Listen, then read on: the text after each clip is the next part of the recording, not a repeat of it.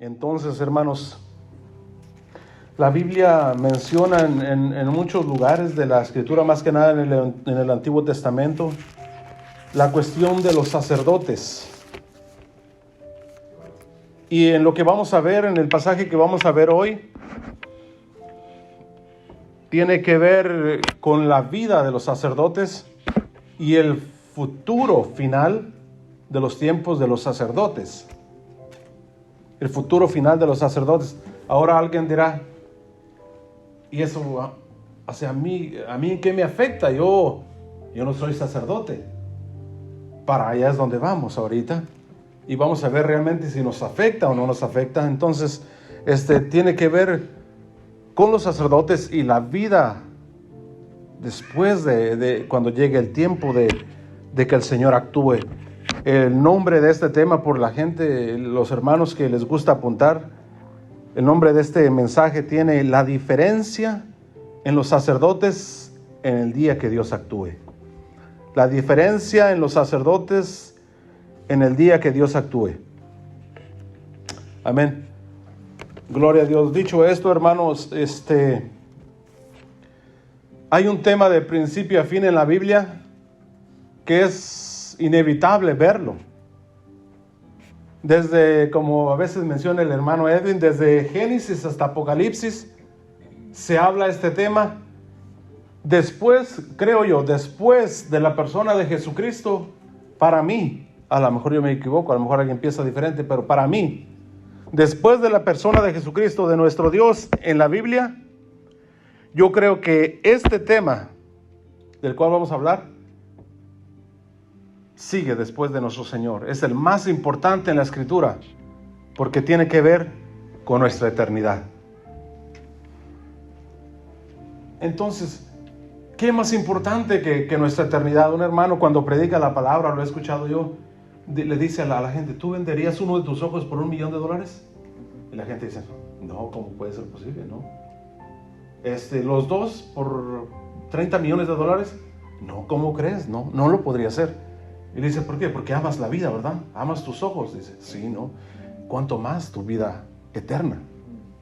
No, o sea, pasando del umbral de la muerte, allí es donde comienza nuestra eternidad. Aquí simplemente, por mucho que vivamos, hay gente que vive hasta 100 años, 104 años. Escuché de una señora que hace poco cumplió. Por mucho que vivamos, oí de un señor en Chihuahua, México, 125 años, no sé, se miraba muy viejito, pareciera que sí. Por mucho que vivamos, hermanos, en comparación a la eternidad, siglos de los siglos que nunca se acabará, 100 años no es nada, ni un segundo del tiempo actual. Entonces, es importante, hermanos, considerar nuestra eternidad. Si hay alguien aquí que no conoce al Señor, debería de abrir su corazón y permitir que esta palabra entre a su corazón y pueda hacer algo en su vida, porque la vida es preciosa y la vida aquí en este mundo es solo pasajera. Se acaba, tarde o temprano, es como un sueño, dice la Biblia en el Salmo 90, porque pronto pasa y volamos. Un día somos niñitos, nacemos, y a la otra ya nos están sepultando. Eso se acabará un día, hermanos. Entonces, nuestra eternidad, pero a la luz de la Escritura, a la luz de lo que habla de los sacerdotes. Y ahorita vamos a ver por qué. Como toda construcción, hermanos, tiene que haber, es como un tipo enseñanza, por la manera como quiero desarrollarle, quiero explicarle. Como toda construcción, hermanos, yo usualmente trabajé muchos años y pegando ladrillo y bloque y piedra y todo eso, y hacíamos el cimiento y la fundación, y sabemos que es de lo de la casa, es lo más importante. Si la fundación, el cimiento no sirve, eso se va a caer tarde o temprano. No importa que de ahí sea $1,000,000 del cimiento para arriba, si abajo costó $500 o $100, mal hecho se va a caer. Entonces es importante, hermanos, echar un cimiento. ¿Cuál es el cimiento, hermanos, de lo que estoy hablando hoy, de lo que estoy diciendo? De la diferencia en los sacerdotes en el día que Dios actúe. ¿Cuál es el cimiento? ¿Cuál es la base? ¿De dónde agarramos la base para creer y ponernos nosotros en el lugar de los sacerdotes, porque como yo siempre, cuando me toca predicar, yo digo a los hermanos, no mire a la persona que estamos viendo, la persona de la Escritura no la mira a ella, quítela y ponga su nombre. Porque si no va a decir, pasó hace 1500 años, 3000 años, lo que sea. Por ejemplo, en el tiempo hablando de Moisés, hace muchos años. Si lo vemos de esa manera, nosotros no lo aplicaremos en nuestra vida, pero si quitamos el nombre de ahí, ponemos nuestro nombre, entonces ahí nos afectará. Entonces, poniendo un cimiento, hermano, y hablando escrituralmente para validar lo que estoy diciendo, le voy a pedir que vaya a Apocalipsis capítulo 1, por favor.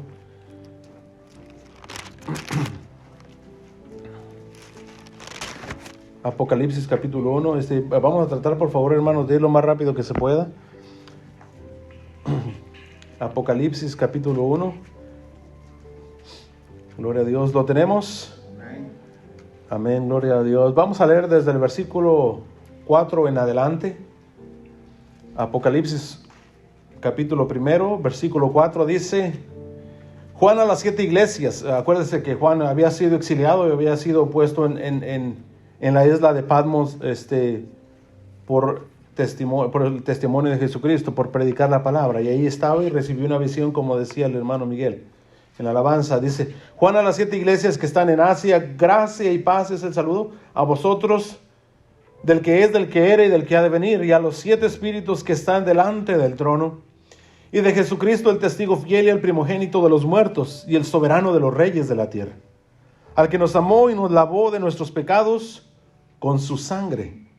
El versículo 6, y ahí está, y vamos a parar, dice: y nos hizo reyes y sacerdotes para Dios su Padre. A él sea la gloria, imperio por los siglos de los siglos.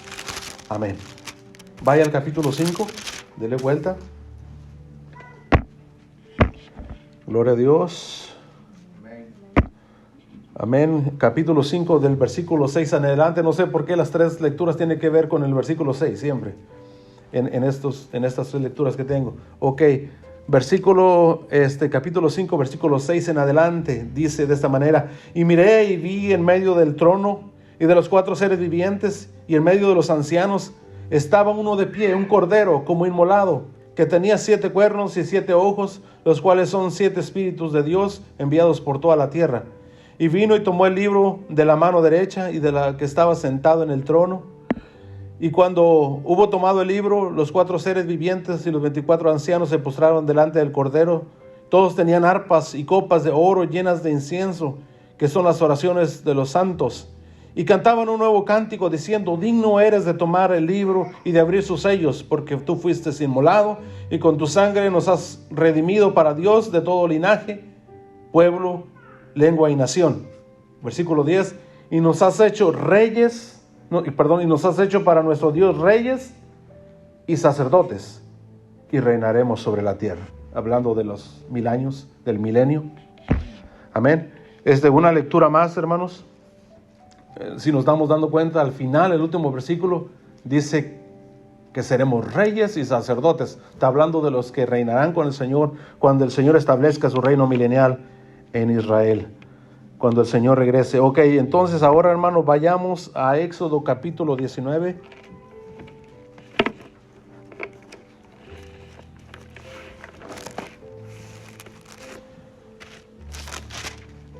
Éxodo capítulo 19, versículo 1 hasta el 6 también. No sé, el Señor acomoda las cosas como Él quiere. Amén. Éxodo capítulo 19, versículo 1 en adelante. Dice: en el mes tercero de la salida de los hijos de Israel de la tierra de Egipto, en el mismo día llegaron al desierto de Sinaí. Habían salido de Refidim, la 10ª jornada del pueblo de Israel en el desierto. Y llegaron al desierto de Sinaí, acamparon en el desierto y acampó allí Israel delante del monte. Y Moisés subió a Dios y Jehová lo llamó desde el monte diciendo: así dirás a la casa de Jacob y anunciarás a los hijos de Israel: vosotros vistes lo que hice a los egipcios y cómo os tomé sobre las alas de águila y os he traído a mí. Ahora pues, si dieres oído a mi voz y guardares mi pacto, vosotros seréis mi especial tesoro sobre todos los pueblos de la tierra. Versículo 6. Y vosotros me seréis un reino de sacerdotes y gente santa. Estas son las palabras que dirás a los hijos de Israel. Amén. Gloria a Dios. Viendo estas tres lecturas, hermanos, vemos claro que ciertamente aquí está hablando a la descendencia del pueblo de Israel, pero las tres lecturas en el versículo 6, por algún motivo, habla y dice que aquellos que logren vencer, que logren llegar al final fieles, serán reyes y sacerdotes.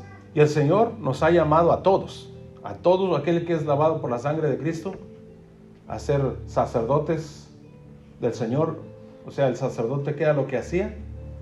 Ofrecía sacrificio delante del Señor. Y el Señor nos ha llamado a ofrecer sacrificios a nuestro Dios, sacrificios de alabanza, sacrificios de júbilo. Entonces si lo que estamos viendo, hermanos, tiene que ver con el final de los sacerdotes, entonces no hay por qué desecharlo, sino debemos de aplicarlo a nuestra vida, ya que nos está hablando a nosotros. Amén. No podemos escaparnos. Ahora, esta eternidad, hermano, nos envuelve a todos, a todos nos compete la eternidad. Alguien dirá, bueno, yo no voy a llegar a ser rey sacerdote, yo ni soy cristiano, o yo ni voy a la iglesia casi, o esas cosas son muy difíciles, la escatología y la cuestión del futuro. Yo me conformo con ir a la iglesia. No, todos estaremos un día delante del Señor, sea que lo queramos o que no. Por ejemplo, en la versión de la Biblia de las Américas, en Apocalipsis 20:12, dice: y vi a los muertos grandes y pequeños de pie delante del trono, y los libros fueron abiertos, y otro libro fue abierto, que es el libro de la vida, y los muertos fueron juzgados por lo que había escrito en los libros según sus obras. Dice, y vi delante del trono, esos millones de millones, dice grandes y pequeños, está hablando del juicio del gran trono blanco. O sea, grandes y pequeños nos habla de que puede hablarnos de dos cosas: de que niños con capacidad de entender las cosas malas van a estar ahí, y obviamente los adultos también podemos entenderlo de esta manera. Gente de nivel muy básico, sin conocimiento de la escritura, gente que no sabe quizá nada, que no tiene quizá un estatus social grande, ahí estará. Y los grandes en la sociedad también estarán ahí. O sea, nadie se va a escapar. Todos compareceremos, dice la Biblia. Todos estaremos ahí. Ahora, alguien podría decir también, ¿se da cuenta? Lo que estoy haciendo es tratar de acorralarle de una manera buena para que usted entienda que usted va a estar ahí, que no nos podemos hacer a un lado. Por ejemplo, alguien dirá, no, pero pues a lo mejor yo muero antes, y cuando eso suceda, pues yo voy a estar muerto. No, mire lo que dice: cuando el Señor vaya y regrese, los muertos estarán incluidos ahí. En el libro en la carta del apóstol Pablo, primera carta del apóstol Pablo a los tesalonicenses, dice, primera Tesalonicenses 4, 13 a 18, habla también del tiempo de cuando el Señor regresará. Dice, tampoco queremos, hermanos, que ignoréis acerca de los que duermen, o sea, de los que están muertos. Dice, para que no se entristezcáis como los otros que no tienen esperanza, porque si creemos que Jesús murió y resucitó, resucitó a sí mismo, también traerá Dios con Jesús, o sea, cuando el Señor regrese, a los que durmieron con Él, a los que murieron. Versículo 15, por lo cual os decimos esto en palabras del Señor, que nosotros que vivimos, que habremos quedado hasta la venida del Señor Jesús, no pereceremos, o sea, no nos adelantaremos a los que durmieron, o sea, a los que murieron, porque el Señor mismo con voz de mando, con voz de arcángel y con trompeta de Dios descenderá del cielo, y los muertos en Cristo resucitarán primero. Los muertos en Cristo resucitarán primero. Versículo 7, luego nosotros los que vivimos, los que hayamos quedado, seremos arrebatados juntamente con ellos en las nubes para recibir al Señor en el aire, y así estaremos siempre con el Señor. Por tanto, alentaos los unos a los otros con estas palabras. entonces, hermanos, si nos damos cuenta, todos estaremos envueltos en la eternidad.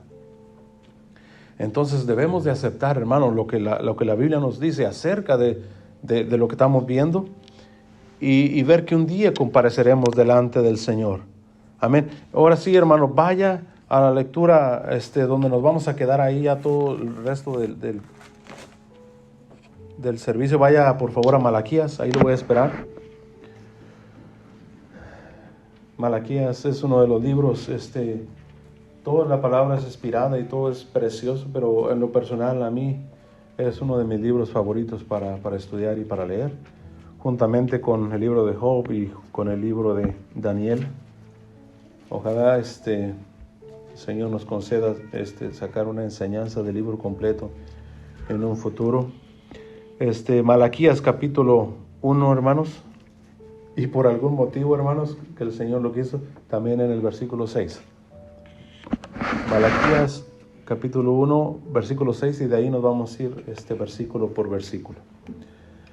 El encabezado dice: Jehová reprende a los sacerdotes, porque realmente lo que el Señor hace. El Señor reprende a los sacerdotes de ese tiempo que se habían desviado de las cosas del Señor. Ahora, entendiéndolo de esa manera, que nosotros que hemos conocido al Señor somos llamados a ser reyes y sacerdotes para Dios, entonces cuando vea la palabra sacerdote, quítela y ponga su nombre ahí, para que pueda hacer algo la palabra de Dios en nuestro corazón.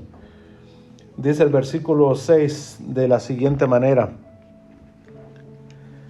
el hijo honra al padre y al siervo a su señor. El Señor le está diciendo a los sacerdotes: si pues soy yo padre, ¿dónde está mi honra? Y si soy señor, ¿dónde está mi temor? Dice Jehová de los ejércitos a vosotros, oh sacerdotes. Hasta ahí, medio versículo. ¿Qué es lo que sí, obviamente los está reprendiendo, pero ahí hay dos palabras bien interesantes, hermanos. Dice, si yo, el hijo honra al padre, y eso como cuestión natural, ¿verdad? En la vida física, los hijos honran a los padres. De hecho, la Biblia dice: honra a tu padre y a tu madre, amén, que es el primer mandamiento con promesa. Entonces dice el Señor: bueno, los hijos honran a los padres, y el siervo honra también a su señor, o sea, a su jefe, a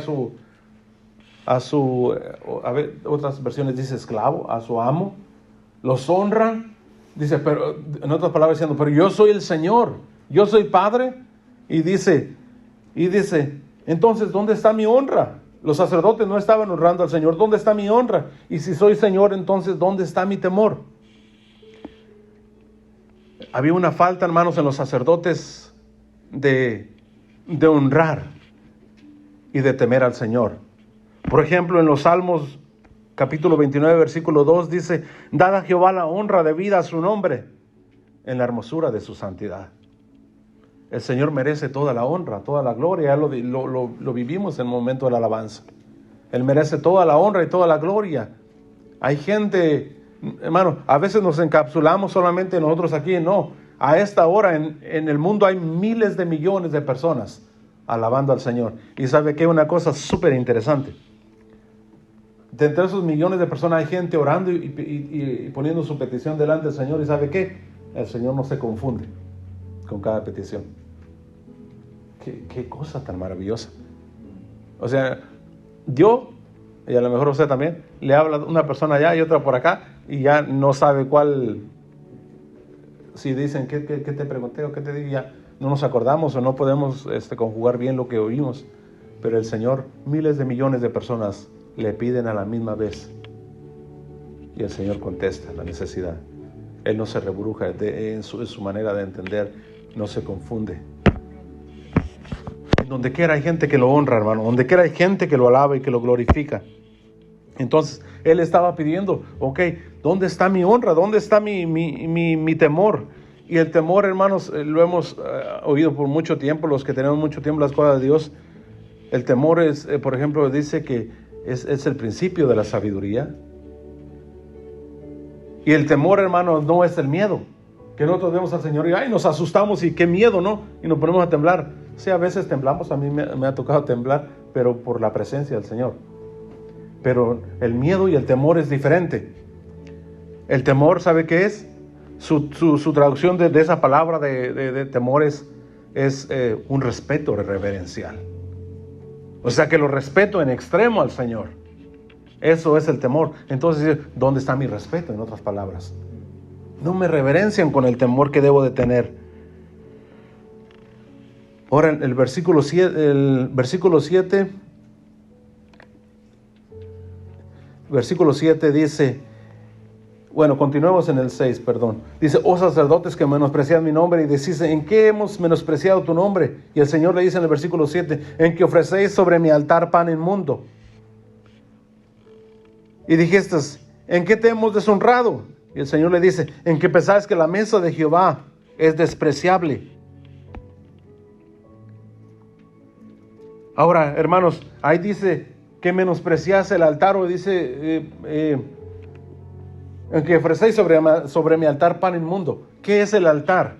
¿Qué es el altar del Señor? Ahí se ofrecía sacrificios sobre el altar. Y había varios tipos de sacrificios. Por ejemplo, había la ofrenda de cereal que se ofrecía a la gente más pobre. Había muchas ofrendas y no era como el plato de cereal que usted se echa en la mañana para venir a la iglesia antes, no. Había la ofrenda por la purificación cuando una mujer daba a luz. Dice que tenía que llevar una tórtola para ofrecerle al sacerdote por su purificación y así 40 días guardarse. Había también la ofrenda por la culpa, por lo que habían hecho. Tenía que llevar ya fuera un cordero, dice que podía ser de la vacada, de animales vacunos, o de ovejas o de cabras, una cabra hembra, por la culpa. Y así, hermanos, había muchos tipos de ofrendas, también por ofrendas de paz, y había una ofrenda por el pecado, para que el Señor le perdonara. Y ese animal tenía que ser perfecto. De ahí viene donde el Señor es la sombra de nuestro Señor. Tenía que ofrecer un cordero sin manchas, sin contaminación. Si era blanco, tenía que ser completamente blanco. Si era negro, tenía que ser negro, sin mancha. No tenía que ser dañado, ni enfermo, ni cojo, ni nada. Si no era de esa manera, el cordero no era válido, no cubría el pecado, y el hombre que lo ofrecía se quedaba con su pecado, porque no cumplía los estándares que el Señor pedía. Entonces el altar, hermanos, dice que dijiste que ofreciste sobre mi altar pan inmundo. Es decir, que a veces ofrecemos cosas que el Señor nos está demandando. O dice, hay mucha gente que dice, yo alabo al Señor a mi manera, y el Señor lo recibe, pero porque ignora las Escrituras. O yo alabo al Señor, canto así de esta manera, o yo canto lo que yo quiera, y el Señor lo recibe. No, el Señor tiene sus estándares y tiene su manera. O sea, debemos de conocer la Escritura para saber qué es lo que pide el Señor, qué es lo que Él demanda. Entonces, poner cosas que desagradan al Señor, para Él es poner pan inmundo sobre la mesa, porque el Señor se alimentaba con eso. La ofrenda de olor grato era un animal que se quemaba. Eso sí, se tenía que quemar por completo. Y dice la Biblia que ese olor grato llegaba hasta el Señor, y el Señor olía ese sacrificio y perdonaba y lo aceptaba. Si no se quemaba por completo ese sacrificio, no, el Señor no lo aceptaba. Entonces, ahora, por ejemplo, también el darle de beber al Señor tiene que ver con la alabanza, porque dice la Biblia que el Señor está sediento de alabanza. Cuando nosotros venimos delante del Señor y alabamos al Señor con todo corazón, estamos dándole de beber al Señor. Estamos saciando su sed. Yo quisiera saciar la sed del Señor y que Él esté agradado con la alabanza que traemos.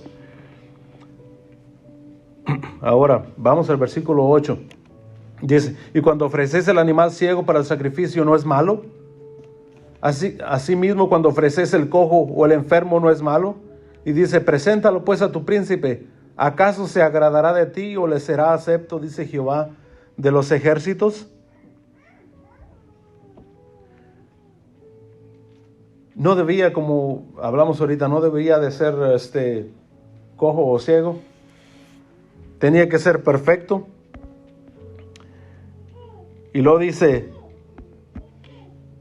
eso que estás haciendo, dice, lo que me estás ofreciendo, por ejemplo, la gente ya no llevaba su cordero que el Señor pedía, los sacerdotes, el cordero bien bonito, bien blanquito, bien lindo. Entonces, no, ese está buenecito, ese está saludable, este que medio se está muriendo, dice, como hacemos a veces, ¿no?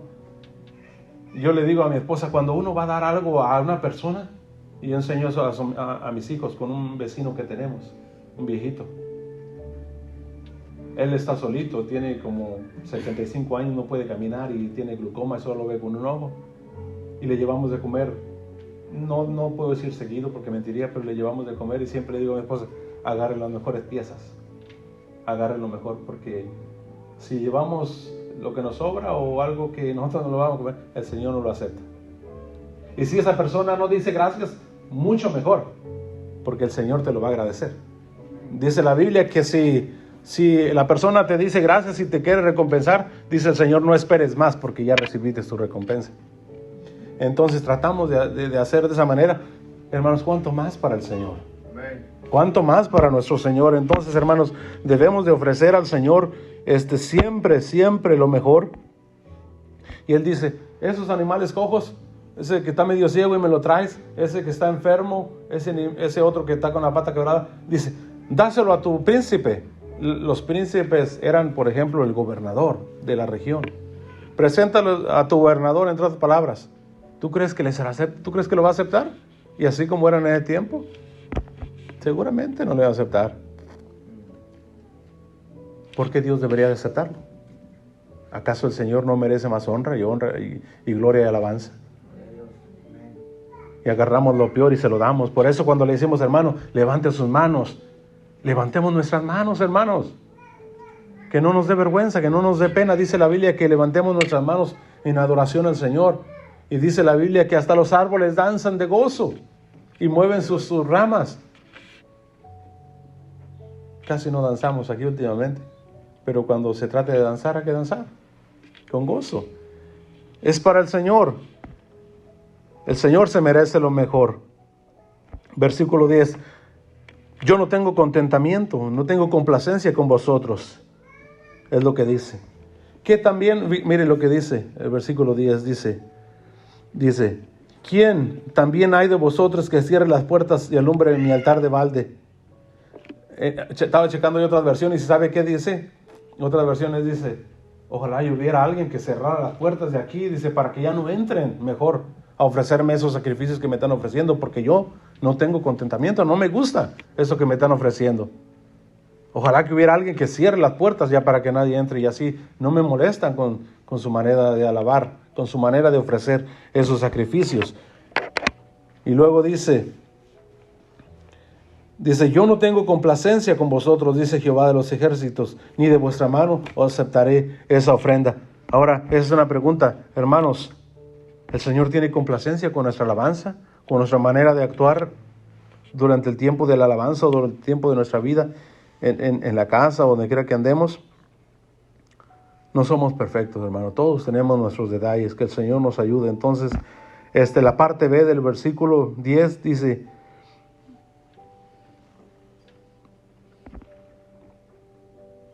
ni los aceptaré de vuestra mano. Ahora, el versículo 11 dice, porque desde donde sale o nace el sol hasta donde se pone, es grande mi nombre entre las naciones, y en todo lugar se ofrece a mi nombre incienso y ofrenda limpia, porque grande es mi nombre entre las naciones, dice Jehová de los ejércitos. Mire, desde donde sale el sol hasta donde se pone, dice que grande es mi nombre, lo que le decía. En todos lugares ahorita hay miles de millones de personas alabando al Señor. Así es que si yo me quedo sentadito, o si yo no quiero alabar al Señor, o si yo no quiero asistir a la iglesia, no se preocupe, habrá alguien por allá que le ofrecerá al Señor de todo corazón. Ahora, ¿quién es el que pierde? Obviamente nosotros. Él es el Shaddai, el Dios Todopoderoso. Si yo no voy a la iglesia, o si yo me alejo del Señor y me pierdo en el mundo, yo soy el que pierdo. Sí, yo soy el que pierdo. El Señor sigue siendo Dios. ¿Sí o no? Él sigue siendo Dios, no importa lo que yo haga. Pero si yo me aparto, entonces el que pierde soy yo. Porque si sigo así de esa manera, un día terminaré en el infierno. El que pierdo soy yo. Entonces, hermanos, donde quiera en todos lugares, de donde sale sol hasta donde se mete, por ejemplo, desde la puntita por allá, en Argentina, hasta Canadá, hay gente santa que alaba al Señor con todo su corazón. Y en todos los continentes, en todos lugares del mundo hay quien alaba al Señor con todo su corazón. Versículos 12 y 14. Dice, vosotros lo habéis profanado, dice. O sea, cuando dice vosotros, al último del 11 dice, bueno, voy a leer desde la mitad del 11 para que pueda entender donde dice que lo han profanado. Dice, y en todo lugar se ofrece a mi nombre, ¿sí? En todo lugar se ofrece a mi nombre incienso y ofrenda limpia. Lo incienso tiene que ver con las oraciones. Ofrenda limpia porque grande es mi nombre entre las naciones, dice Jehová de los ejércitos. Y el 12 dice, y vosotros lo habéis profanado, hablando del nombre de Jehová. Vosotros lo habéis profanado. ¿Y sabe qué? Estaba yo investigando qué quiere decir profanar. Dice, menospreciar y poner el nombre de una persona que es respetable, que tiene una buena reputación, y nosotros le echamos a perder ese nombre por nuestro comportamiento, por nuestra manera de actuar. Entonces ellos estaban profanando el nombre del Señor. Hermano, que no seamos hallados entre esos que profanan el nombre del Señor. Y vosotros decís, inmunda es la mesa de Jehová, y cuando decís que su alimento es despreciable. ¿Cuánta gente, hermano, hay que viene a la iglesia y dice, no, hoy va a predicar a ese hermano? Estamos despreciando la mesa del Señor. Se puede ver de dos maneras. Despreciamos lo que le ofrecemos. O sea, lo que le ofrecemos es despreciable. Eso está bien. Pero cuando alguien se para aquí y ofrece pan a la iglesia, ofrece alimento, también hay gente que dice, ya cuando predique el pastor mejor o otro hermano, entonces le pongo atención. No, hermano, no debemos de despreciar la mesa del Señor. No debemos despreciar la mesa del Señor. Entonces, cuando decís que que su alimento es despreciable, el versículo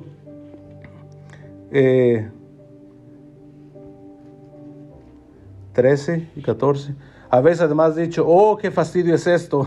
Hay gente que se aburre. Y me despreciáis, dice Jehová de los ejércitos, y trajisteis lo hurtado, fíjese. Ya ni siquiera era de ellos, sino se lo robaban.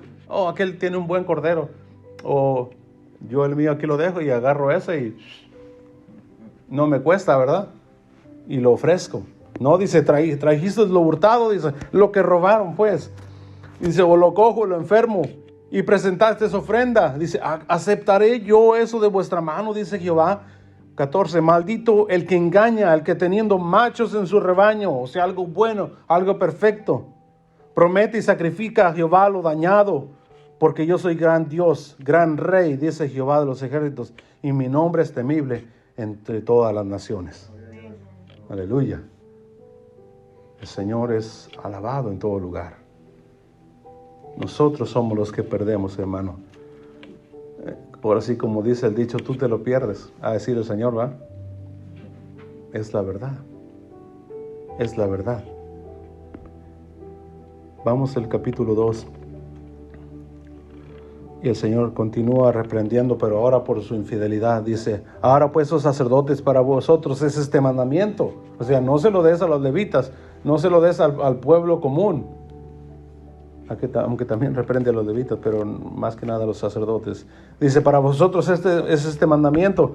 Alguien dirá, lástima que no vino el hermano. Para él era el mensaje, ¿no? No, dice la Biblia, para vosotros. Para vosotros es este mandamiento. Versículo 2, si no oyeres y si no decidís de corazón dar gloria a mi nombre, ha dicho Jehová de los ejércitos, enviaré maldición sobre vosotros y maldeciré vuestras bendiciones. Y aún las han maldecido, o sea, ya las había maldecido, porque no os habéis decidido de corazón. No habéis decidido de corazón. Versículo 3. He aquí yo os dañaré la sementera, o sea, la cosecha, y os echaré el rostro al estiércol, el estiércol de vuestros animales sacrificados, y seréis arrojados juntamente con él. Mire lo que dice el versículo 7, dice, porque los labios del sacerdote han de guardar la sabiduría, y de la boca del pueblo buscará la ley, porque mensajero es de Jehová de los ejércitos. Por eso se debería de guardar los sacerdotes, porque son mensajeros del Señor. Por eso deberían de hacer las cosas correctas, porque dice, porque el pueblo va a buscar sabiduría con ellos. Entonces, como dijo una vez el pastor, por ello me santifico. Por ello nos deberíamos de santificar nosotros, hermanos. Vamos a...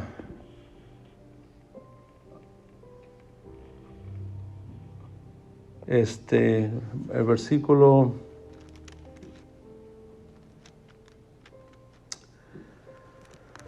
14, no, perdón, permítame. Ok, dele vuelta, hermano, vamos hasta el capítulo 3.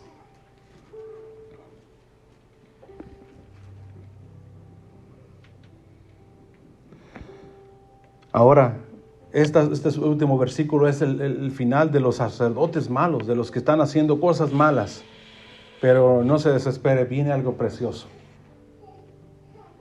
Lo que yo siempre trato de hacer, hermanos, podré exhortar a la congregación, pero algo que yo he aprendido es que al final de la predicación, al final del mensaje, el pueblo debe quedar con aliento, que debe quedar con esperanza. Porque si solo le reprendemos durante el mensaje, o como hacen algunos hermanos, solo lo regañan, entonces se van cargados, se van simplemente regañados. Pero dice la Biblia que el Señor hiere, pero Él mismo da el bálsamo para curar. Entonces, yo una vez enseñé acerca de eso, que no debemos de ser de esa manera los que predicamos. ¿Por qué? Porque las ovejas ni siquiera son de nosotros. Ni siquiera son del pastor, son del Señor. Solo que el pastor es el encargado. ¿Cuánto más nosotros que no somos ni siquiera el pastor de las ovejas? Pero a veces las maltratamos. No. Podemos hablar la verdad y de lo que va a suceder, y que si no hacemos esto el Señor actuará. Pero al final debemos dejar un buen sabor de boca, debemos dejar esperanza en el pueblo. Entonces, hermanos, dice el versículo 13 del capítulo 3, dice, vuestras palabras contra mí han sido violentas, dice Jehová. Y dijiste, ¿qué hemos hablado contra ti? ¿Qué hemos hablado contra ti? ¿Sabe que el hablar lo que no es verdad en contra del Señor, o ponernos a discutir como estaba haciendo el pueblo, ¿se acuerda? ¿En qué te hemos menospreciado? Y luego dice, ¿en qué te hemos ofendido? Y el Señor les decía, me han hecho esto, ¿y en qué te hicimos eso? Discutiendo con el Señor. Hablar de esa manera con el Señor dice que son palabras violentas contra el Señor. Es hablar palabras violentas contra el Señor. Como Asaf en el Salmo 73 dice, por poco resbalan mis pasos al ver la prosperidad de la gente, de los malos, dice, porque ellos no sufren. Y yo sufro día y noche, dice. Él estaba hablando también palabras violentas. Pero mire, veamos el versículo 14 en adelante. Habéis dicho, por demás es servir al Señor, o sea, de nada sirve. ¿Qué aprovecha que guardemos su ley y que andemos afligidos en presencia de Jehová de los ejércitos? Versículo 15. Decimos pues, ahora bienaventurados los soberbios y los que hacen impiedad, no solo son prosperados, sino que tentaron a Dios y escaparon. ¿Quién podrá escapar del Señor? Pero ahí dice, no, dice, los buenos, los malos hicieron tal cosa y escaparon y les va bien. Hasta ahí termina, hermano, la reprensión de los sacerdotes malos. Ahora, ¿qué va a pasar, hermanos, cuando el Señor nos reprende?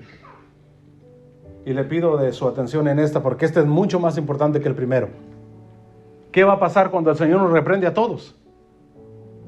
Por ejemplo, un padre reprende a su hijo, lo castiga, lo disciplina, y de él depende si va a cambiar. Si no, va a venir otra vez lo mismo. Nosotros debemos actuar de la misma manera, hermanos. Prestar oído. ¿Y cómo vamos a actuar después de la reprensión? ¿Qué es lo que vamos a hacer? Y esto es preciosísimo, hermano. Le pido que ponga atención, porque puede llenar su corazón, su espíritu. A esta parte le llamo yo la recompensa de los sacerdotes por su fidelidad. versículo 16. Mire qué lindo, qué precioso esto. Dice, entonces dice, los que temían a Jehová, o sea, los que escucharon esa reprensión y temían al Señor y dijeron verdaderamente, cambiemos, hagamos las cosas mejor. Dice, entonces los que temían a Jehová hablaron cada uno a su compañero. Dice, y Jehová escuchó y oyó, y fue escrito un libro de memoria delante de él para los que temen a Jehová, para los que piensan en su nombre. Yo siempre le he dicho, hermanos, todo trabajo que hagamos para el Señor no es en vano. Y aquí los sacerdotes escucharon y dijeron, los que temen a Jehová, dice, cada uno habló con su compañero, y no dice que habló, pero seguramente le dijo, está mal lo que estamos haciendo, corrijamos esto. Y dice, y el Señor escuchó, dice, y agarró, y como dice el pastor Gabriel, apunta, entonces escribió un libro, dice la Biblia, dice, de memoria delante de él, o sea, delante del Señor, para memoria de ellos, para acordarse de ellos, de que ellos un día hicieron lo correcto y un día habrá una recompensa. Ellos, por haber atendido a la reprensión, los que temían a Jehová, y luego mero abajo dice, para los que piensan en su nombre. ¿Qué le hace entender eso de los que piensan en su nombre? Los de acá de arriba, del capítulo anterior, dice, los que, ¿cómo decía? O los que habían profanado el nombre del Señor, lo habían hecho quedar mal, pero estos de aquí, estos sí piensan en el nombre del Señor. O sea, les importa menos lo de ellos, lo que ellos son, sino que piensan en otro. O sea, el carácter de Cristo, pensar en los demás primero. Ellos sí les preocupa lo que se piense del Señor. Entonces, para los que piensan en su nombre, en el nombre del Señor se escribió ese libro, y un día el Señor dará la recompensa. Los que reconocen su error, corrigen y hacen un cambio, los que temen a Jehová y los que piensan en el nombre, a los que les importa el nombre de nuestro Señor. Y se escribió un libro de memoria, hermanos. Nada para el Señor es en vano. Ahora, mire, en Éxodo habíamos leído esto que vamos a leer aquí. Yo no lo busqué por casualidad, sino el Señor me lo dio, yo me acordé y busqué, y resulta que dice prácticamente lo mismo. El versículo 17 dice, y serán mi especial tesoro. Eso es lo que decía en Éxodo cuando leímos al principio. Y serán mi especial tesoro, ha dicho Jehová de los ejércitos, en el día que yo actúe. A esos que reconozcan su error, que reconozcan su pecado, serán mi especial tesoro en el día que yo actúe. Dice, y los perdonaré como el hombre perdona al hijo que le sirve. Versículo 18. Entonces os volveréis y discerniréis. Verás la diferencia, en otras palabras. Y la diferencia entre el justo y el malo, entre el que sirve a Dios y el que no le sirve. Entonces, cuando el Señor actúe, realmente se verá la diferencia. Al principio, como enseñó el pastor, no se ve la diferencia, pero al final, cuando el Señor actúe, los que se han arrepentido, los que han reconocido ese error y temen el nombre del Señor, respetan al Señor y les puede su nombre, ahí el Señor hará división. Los pondrá de este lado, a la derecha, y los otros a la izquierda, al fuego eterno, dice la Biblia. Y dice, aquí hay algo escondido preciosísimo. Dice el versículo 7, una parte dice, y serán para mí mi especial tesoro en el día que yo actúe. Eso el Señor trajo esto a mi mente, eso me da la impresión, hermanos, cuando hay un incendio en una casa, que se empieza a incendiar la casa y empieza a arder desde abajo y poco a poco se va consumiendo. Entonces, ¿qué hace la gente? La gente no corre y dice, oh, ahí está mi vajilla preferida o mi saco preferido, y corre y lo busca. Si hay un niño ahí, es todo lo que la mamá o el papá necesitan ir a buscar. Porque es como un tesoro, es una herencia. Van y lo buscan y lo sacan. No le importa lo demás, que se queme. Pero si hay alguien ahí importante, por ejemplo, un niño, un bebé, es como un tesoro. Entonces, cuando esto se enciende, cuando esto explote, como dice la Biblia, que un día terminará, cuando venga la ira del Señor y el fuego del Señor, cuando el Señor actúe, dice la Biblia que vosotros será vuestro especial tesoro. Él los guardará, Él los sacará para que no se quemen, para que no se acaben, para que no se extingan. porque son especial. Los que aman al Señor, los que respetan al Señor y atienden a su llamado, son su especial tesoro. Voy terminando, hermanos. Ahí es cuando se verá la diferencia, hermanos.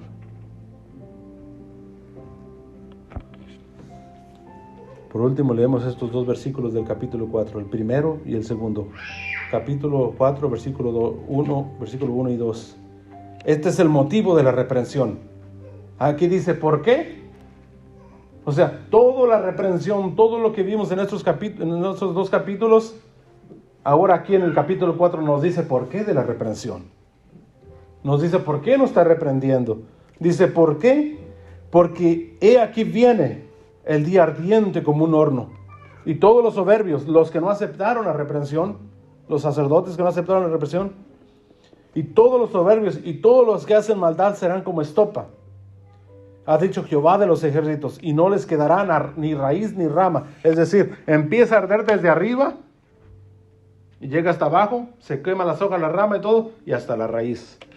No quedará nada. Por eso es que el Señor nos reprende, para que no seamos partícipes de esa destrucción, del tiempo final.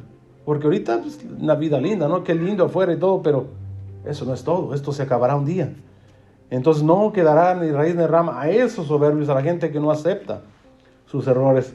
Dice, versículo 2, qué precioso, dice, mas vosotros, los que teméis mi nombre, nacerá el sol de justicia, y en sus alas traerá salvación, y saldréis y saltaréis como becerros de la manada. Como ese becerrito que está por ahí, recién nacido, y se levanta y come, y las vacas andan caminando por ahí, pero el becerrito corre, brinca, juega, no le importa lo demás, es feliz, o sea, será de esa manera. Y dice que sobre ustedes saldrá el sol de justicia. El sol es una figura de nuestro Señor Jesucristo, es decir, nuestro Señor Jesucristo estará sobre nosotros. Y dice, y traerá salvación sobre sus alas. ¿Sabe qué decía Spurgeon? Charles Spurgeon dice que cuando no veas la salida en tus problemas y estés agobiado en tus tribulaciones, lo estoy parafraseando, escóndete debajo de las alas del Altísimo. Y si el Señor por algún motivo encoge sus alas para dejarte un tiempo más en la prueba, Él decía, si hay aunque sea una esquinita de la ala del Señor, ahí métete, es suficiente. Porque dice la Biblia que debajo de sus alas estaremos seguros, en el Salmo 91. Entonces, hermanos,